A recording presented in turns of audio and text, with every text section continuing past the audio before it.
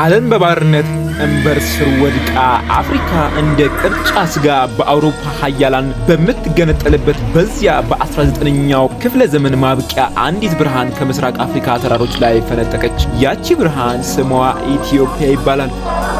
ዛሬ የምንተርከው ስለ ጦርነት ብቻ አይደለም። ዛሬ የምንተርከው ስለ ሰብአዊ ክቡር፣ ስለማይበገር ማንነትና ስለ ጥቁር ሕዝብ ትንሣኤ ነው። አድዋ ስሙ ሲጠራ የጀግኖች አጥንት የሚቆረቆር የጠላት ልብ የሚርድ የነጻነት ፋና ነው። አድዋ የጦርነት ድል ብቻ አይደለም። አድዋ የሰው ልጅ ማንነት የተከበረበት፣ አልገዛም ባይነት በምድርና በአጥንት የተፈረመበት የታሪክ ማህተም ነው። እንደ ኢትዮጵያን አቆጣጠር በ1996 በመጋቢት ወር የተከሰተው ይህ ታላቅ ድል በወቅቱ የነበረውን የዓለም ሀያል ሚዛን የገለበጠና የጥቁር ሕዝብን ክብር በዓለም አደባባይ ከፍ ያደረገ ክስተት ነው።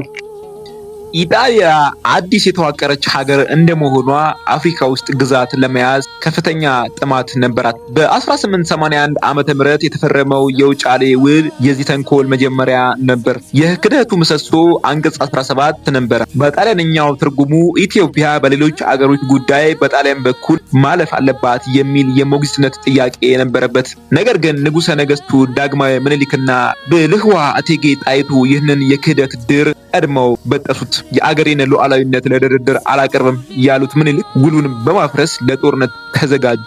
ዳግማዊ አጼ ምኒልክ የጦሩ የበላይ አዛዥና የዲፕሎማሲው መሪ ህዝቡን በአንድነት ቃል ያስከተቱ፣ የማይቻል የሚመስለውን አንድነት የፈጠሩ፣ እቴጌ ጣይቱ ብጡል የስትራቴጂው አውጪ፣ የስንቅ አቅራቢና ሞራል ምንጭ፣ የመቀሌ ምሽግ ውሃ በመዝጋት ጠላትን ያስከበሩ ብልህ ንግስት ነበሩ።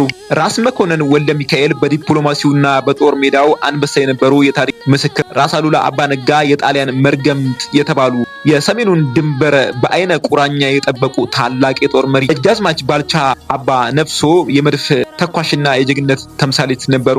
ጄኔራል ኦሬስቴ ባራቴሪ በኢትዮጵያ ላይ ድል እቀዳጃለሁ ብሎ የተመካ ነገር ግን በታሪክ ሽንፈትን የተከናነበ ጄኔራል አልቤርቶኒ አርሞንዲና ዳቦር ሜዳ የጣሊያንን ጦር በሶስት አቅጣጫ የመሩ ጄኔራሎች ነበሩ። ምኒልክ አዋጅ አወጁ። የአገሬ ሰው ካሁን ቀደም የበደልኩህ አይመስለኝም። አሁንም አገሬን የሚያጠፋ ሃይማኖቴን የሚለውጥ ጠላት መጥቷልና ጉልበት ያለ በጉልበትህ፣ ጉልበት የሌለህ በጸሎትህ እርዳ። ይህ አዋጅ ኢትዮጵያን አንቀጠቀጣት። ኦሮሞ በፈረሱ፣ አማራው በሰይፉ፣ ትግሬው በወኔው ከደቡብ እስከ ሰሜን ከምስራቅ እስከ ምዕራብ ወንድ ከሴት ሳይለይ 100 ሺህ የሚጠጋ ጦር ወደ ሰሜን ነጎደ። ይህ ጉዞ ለወራት የፈጀ በረሃና ተራራ የተሻገረ ነገር ግን በፍቅርና በአንድነት የታጀበ ነበረ። እናቶች ልጆቻቸውን ሂዱና ለሀገራችሁ ሙቱ ብለው መረቁ። ይህ ነው የኢትዮጵያዊነት ጥልቀት። የካቲት 23 ቀን 1888 ዓመተ ምህረት ጎህ ሲቀድ የአድዋ ተራሮች በሚያስገመግም የመድፍ ድምፅ ተናወጡ። ጭሱ ሰማዩን ጋርዶታል። የደም ሽታ አየሩን በክሎታል። የጣሊያን ጦር በዘመናዊ መሳሪያ እየተመካ የዱር አራዊት ብሎ የጠራቸው ኢትዮጵያውያንን ባዶ እግራቸውን ወደ ሞት እየሮጡ መጡ።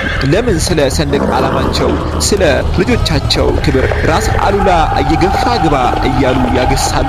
እቴጌ ጣይቱ በርታ አገሬ እያሉ ወታደሩን ያበረታታሉ። ጀግኖቹ እንደ አንበሳ እየዘለሉ የጠላትን ምሽግ ሰበሩ። በዚያች ቀን ተራራውም ደም ለበሰ።